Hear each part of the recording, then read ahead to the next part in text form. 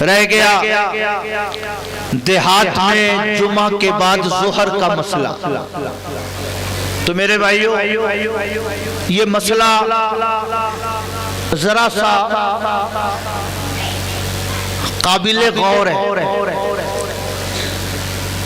ہم اور آپ امام اعظم ابو حنیفہ کے ماننے والے، اور امام اعظم ابو حنیفہ رضی اللہ تعالیٰ عنہ کے نزدیک جمعہ کے صحیح ہونے کی شرطوں میں سے ایک شرط شہر ہونا بھی ہے.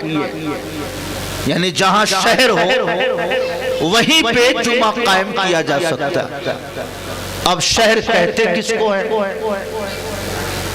تو شہر کے سلسلے میں جو مستند تعریف ہے وہ یہ ہے کہ وہ آبادی جہاں پہ حاکم بیٹھتا ہو، لوگوں کے فیصلے کرتا ہو، قاضی بیٹھتا ہو جہاں پہ حدود و قصاص کو جاری کرتا ہو، مختلف گلیاں ہوں، مختلف محلے ہوں.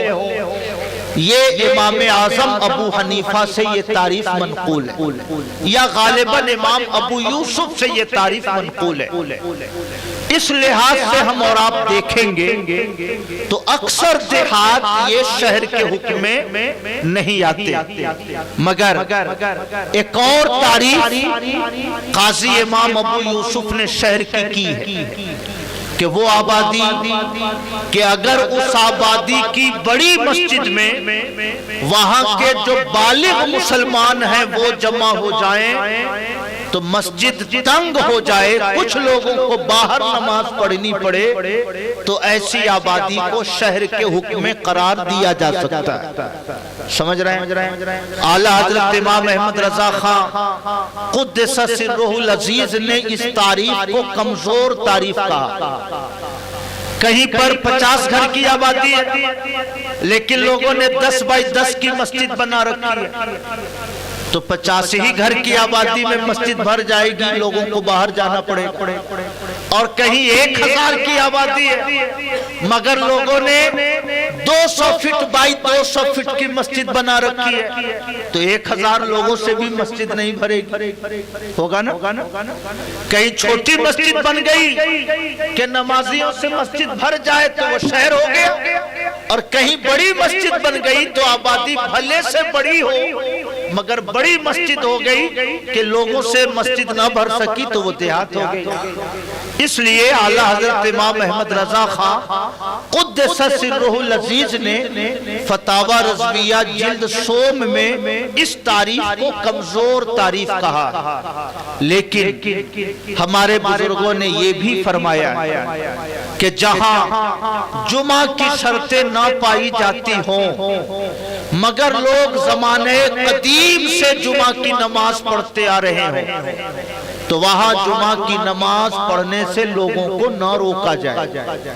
روکیں گے تو ہفتے میں ایک دن جو جمعہ کی نماز پڑھنے آتے ہیں وہ بھی پڑھنا چھوڑ دیں گے. کہیں گے کہ جب نماز صحیح نہیں ہے تو کیوں ہم مسجد جائیں؟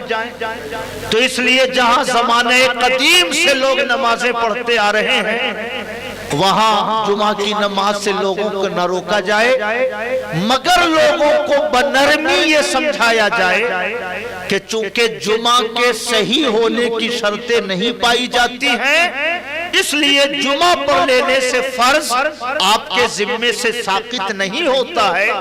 ظہر کی نماز بھی پڑھ لیجئے تاکہ کم سے کم ایک وقت کا فرض تو آپ کے ذمے سے ادا ہو جائے. سمجھ رہے ہیں؟ یہ حکم شرعی ہے. اس لیے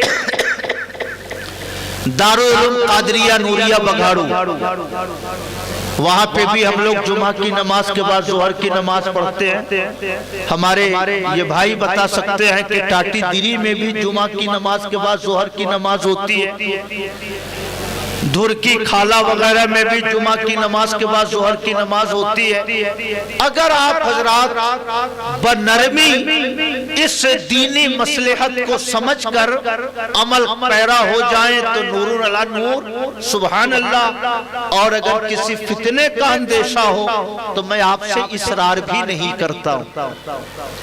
اگر کسی فتنے کا اندیشہ ہو تو میں آپ سے اصرار بھی نہیں کرتا ہوں مگر یہ گزارش گزارش ضرور کرتا ہوں کہ جب جمعہ کی صحت میں شک ہے، شرطوں کے پائے جانے میں شک ہے، اور ہم خدا کے دربار میں پہنچے ہی ہیں، تو 4 رکعت اور پڑھ کر اگر ایک فرض کنفرم ہمارے ذمے سے ساقط ہو جائے تو 5 منٹ اور اللہ کی عبادت کر لینے میں کوئی نقصان کا سودا نہیں ہے نا۔ ہم اور آپ بینک جاتے ہیں، مکھ منتری یوجنا سے کوئی فنڈ آپ کو ملنے والا ہو، پردھان کہے کہ 1000 کی جگہ 5000 لے جائے، انکار کریے گا؟ کوٹے دار جو کنٹرولر ہوتا ہے دیہاتوں میں، وہ کہے کہ آپ کے کوٹے میں تو 2 کلو چینی آپ کے حصے میں ہے، مگر آپ 10 کلو چینی لے جائیے، انکار کریں گے آپ؟ نہیں نہ کریں گے۔ 1000 کی جگہ 5000 مل جائے، سبحان اللہ۔ 2 کلو کی جگہ 10 کلو چینی مل جائے، سبحان اللہ۔ تو اگر آپ جمعہ پڑھنے گئے اور آپ نے 4 رکعت اور پڑھ لی کہ 1000 10,000 20,000 نیکیاں اور آپ کے کھاتے میں جمع ہو گئی، تو میرے خیال میں ایمان والے بندوں کے لیے یہ کوئی گھاٹے کا سودا نہیں۔ خیر